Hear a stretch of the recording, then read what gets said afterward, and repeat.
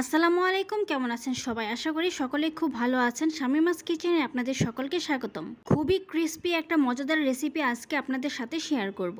এইরকম একটা ক্রিস্পি বড়া যদি আপনার ভাতের পাতে থাকে তাহলে কিন্তু এক প্লেট ভাত আপনি নিমিষেই শেষ করে ফেলতে পারবেন। অনেকেই কচু খেতে চান না গলা চুলকানির ভয়ে, কিন্তু আজকে আমি যেভাবে বড়া তৈরিটা করে দেখাবো এইভাবে যদি ফলো করেন তাহলে কিন্তু একটুও গলা চুলকাবে না। কচু কাটার প্রসেস থেকে শুরু করে এ টু জেড সবই কিন্তু দেখানোর চেষ্টা করেছি, আশা করি আপনারা দেখবেন। তবে চলুন আর বেশি দেরি না করে মূল রেসিপিতে যাওয়া যাক। প্রথমে একটা বটি নিয়েছি আর আমি কচুর একটা ফালি নিয়ে নিয়েছি। যদি আপনারা এক্সপার্ট থাকেন তাহলে কিন্তু ছুরি দিয়েও এটা কেটে নিতে পারেন, তবে বটি দিয়ে কাটাই কিন্তু বেশি সহজ। কচুটা আমি কেটে নিচ্ছি, দেখতেই পাচ্ছেন কতটা প্রশস্ত করে আমি কচুটা কেটে নিয়েছি। এখন একটু মোটা করে কচুর খোসাটা আমি ছাড়িয়ে নিয়েছি। কচুর খোসাটা একটু মোটা করে ছাড়িয়ে নেবেন, এতে করে গলা চুলকানোর ভয় কম থাকবে। কচুর খোসাটা ছাড়ানো হয়ে গেলে মাঝ বরাবর দিয়ে কেটে আমি দুই ভাগে ভাগ করে নিচ্ছি। কচুর একটা অংশ আমি নিয়ে নিয়েছি। এখন এই পার্টটা একটু মনোযোগ সহকারে দেখবেন। অনেকেই আছে এইভাবে কচুটা কাটতে পারেন না, তারা একটু মনোযোগ সহকারে দেখবেন। প্রথমে কচুটা আমি লম্বা করে পাতলা স্লাইস করে কেটে নিচ্ছি, কিন্তু নিচের অংশটুকু কাটা যাবে না। দেখতে পাচ্ছেন কিভাবে আমি কচুটা কেটে নিচ্ছি। এই কচু কাটার প্রসেসটা কিন্তু খুবই ইজি, আপনারা যদি কয়েকবার প্র্যাকটিস করেন তাহলে কিন্তু পেরে যাবেন। সম্পূর্ণ অংশটাই লম্বা করে কেটে নেওয়া হয়ে গেলে এইবার কচুটাকে আমি উল্টিয়ে নিচ্ছি। প্রথমে তো সোজা করে ধরে কেটে নিয়েছি, এইবার কচুটাকে একটু তেসরা করে ধরে নিচ্ছি। নিচের যেটুকু অংশ আমি বাদ রেখেছিলাম সেই অংশ দিয়েই কিন্তু এখন কেটে নিচ্ছি। তেরা করে এখন কেটে নিতে হবে। এখন এইভাবে তেরা করে পাতলা স্লাইস করে কেটে নিতে হবে। কাটা শেষ হলে এইভাবে হাত দিয়ে টান দিলে দেখতে পারবেন এটা লম্বা হয়ে যাচ্ছে আর মাঝখানে একটা নেটের মতো ক্রিয়েট হয়েছে। আর এটা যখন আমি পানিতে ভাপ দিব তখন কিন্তু আরো অনেকটাই লম্বা হয়ে যাবে। আপনাদের বোঝার সুবিধার্থে আমি আরেকটা কেটে দেখাচ্ছি। প্রথমে এইভাবে সোজা করে ধরে লম্বা খাড়া পাতলা স্লাইস করে কেটে নেবেন। যারা পারেন তারা তো পারেনি, আর যারা পারেন না তাদের জন্য এই রেসিপিটা। যারা পারেন না তাদেরও টেনশন করার কোনো দরকার নেই, কয়েকবার প্র্যাকটিস করলে আপনারাও পেয়ে যাবেন।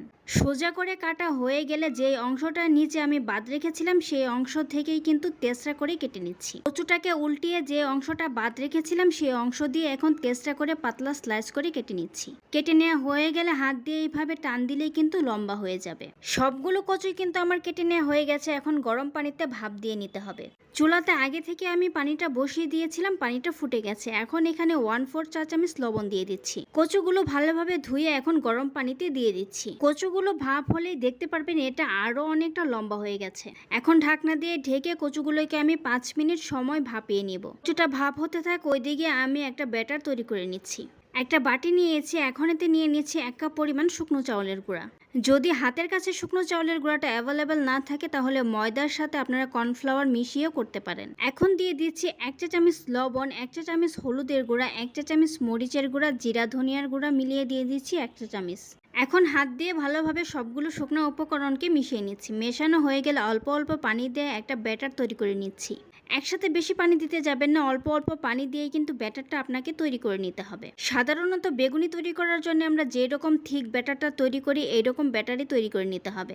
এই তো আমার ব্যাটারটা তৈরি করা হয়ে গেছে। ব্যাটারের কনসিস্টেন্সিটা দেখতেই পাচ্ছেন। ব্যাটারটা তৈরি করতে করতে কিন্তু এদিকে আমার কচুটাও ভাপিয়ে নেওয়া হয়ে গেছে। এখন কচুটাকে আমি নামিয়ে নিচ্ছি। নামিয়ে পানিটা ঝরিয়ে নিচ্ছি। চুলায় একটা প্যান বসিয়ে দিয়েছি। প্যানটা গরম হয়ে আসলে এখানে দিয়ে দিয়েছি পরিমাণ মতো রান্নার তেল। তেলটা গরম হয়ে আসার পর যে কচুগুলো আমি ভাপ দিয়ে রেখেছিলাম সেটা একটা করে এই ব্যাটারে চুবিয়ে তেলের ভেতরে দিয়ে দিচ্ছি। এইভাবে করে সবগুলো কচু আমি ব্যাটারে চুবিয়ে তেলের ভেতরে দিয়ে দিচ্ছি।